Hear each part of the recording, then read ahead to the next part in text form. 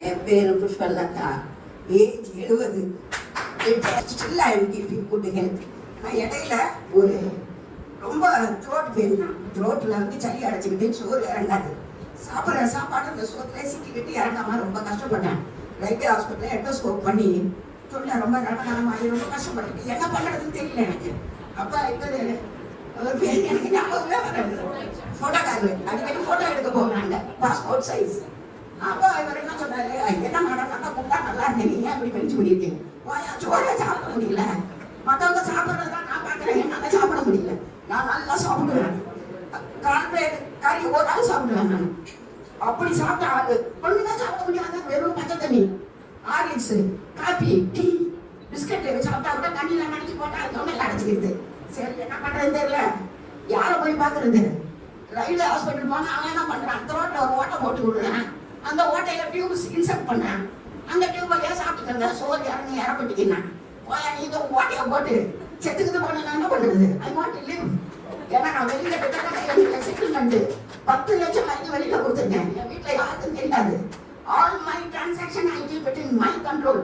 செத்துட்டோம்னா இந்த பணம் எப்படி வாங்குறது அப்படின்னு ரொம்ப யோசனை பண்ணா அப்பதான் இவர் வந்தாரு. என்னையா ரயில்வே ஹாஸ்பிட்டல கை விட்டுட்டான், கூட்டிட்டு போறேங்க. சரி வா பார்க்கலாம். முதல் நாள் அந்த அஃப்ரோஸ் குடிச்சேன். குடிக்கும் போது அந்த தொண்டையில அழகா இறங்குது, எனக்கு ஃபீல் பண்ணேன், அழகா இறந்துட்டாரு. அப்புறம் பார்த்துட்டேன், சரி இது நல்ல சாப்பாடு தான், இதே சாப்பிட்டுக்கிறேன் அப்படின்ட்டு அதுக்கப்புறம் அந்த ஷேக்கு கொடுத்தாங்க. அது பாயாசம் மாதிரி என் வாய்க்கு ரொம்ப ருசியா இருந்துச்சு, நல்லா ருசி. வீட்டுல பாயாசம் காய்ச்சி குடிக்கிற மாதிரி அதையும் குடிச்சேன், அதுவும் நல்லா இறங்குச்சு. கிட்டத்தட்ட 1 மணி வரைக்கும் எனக்கு பசியே எடுக்காது. ரயில்வே ஹாஸ்பிட்டல்ல போய் செக் பண்ணேன்.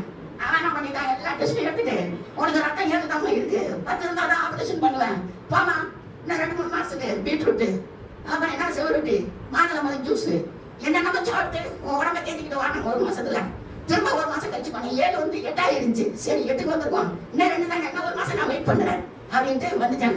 இப்போ இவர் ஒரு கேப்சூல் கொடுத்துருக்காரு கண்ணுக்கு, அந்த கேப்சூல் நான் சாப்பிட்றேன்.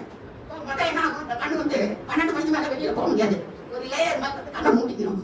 அப்படியே கண்ணை அப்படி தொடச்சி பண்ணி பார்த்துக்கிட்டே போவேன். அப்புறம் இப்போ 1 மாசம் முடிஞ்சிச்சு, ஒரு பாக்ஸ் கொடுத்துட்டேன். போய் அந்த செகண்ட் பாக்ஸ் கண்ணு நல்லா தெரிஞ்சு போகும். ஒரு மாதிரி நூலாட்டம் வந்து மறையிறது போயிடுச்சு. அப்போ அந்த நூலாட்டம் மறைக்கிறது இல்லை, ஆனால் எங்கள் சிக் ரைட்டு அக்கௌண்ட்ஸில் இருக்கு. சாயந்தரம் 7 மணி வரைக்கும் ஆஃபீஸில் நான் இருந்தேன். 2000 2025 ஏப்ரல் வரைக்கும் I was playing with computer. இப்போ எனக்கு பெரிய போகிறேன், கம்ப்யூட்டர் அடிக்க முடியல.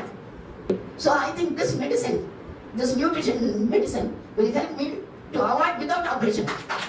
Operation பண்ணாமலே எனக்கு அந்த கண்ணு நல்லா தெரிய ஆரம்பிக்குது. இன்னும் எவ்வளோ நாளைக்கு அது எடுக்கணும்னு தெரியல, but I am continuing that medicine. Thanks for the person, nutrition. யார் இந்த சப்பாட்டு கண்டுபிடிச்சாரோ, I think it's Marcus. நல்ல இம்ப்ரூவ்மெண்ட், கண்ணு இம்ப்ரூவ்மெண்ட், தொண்டை improvement, all are energetic now.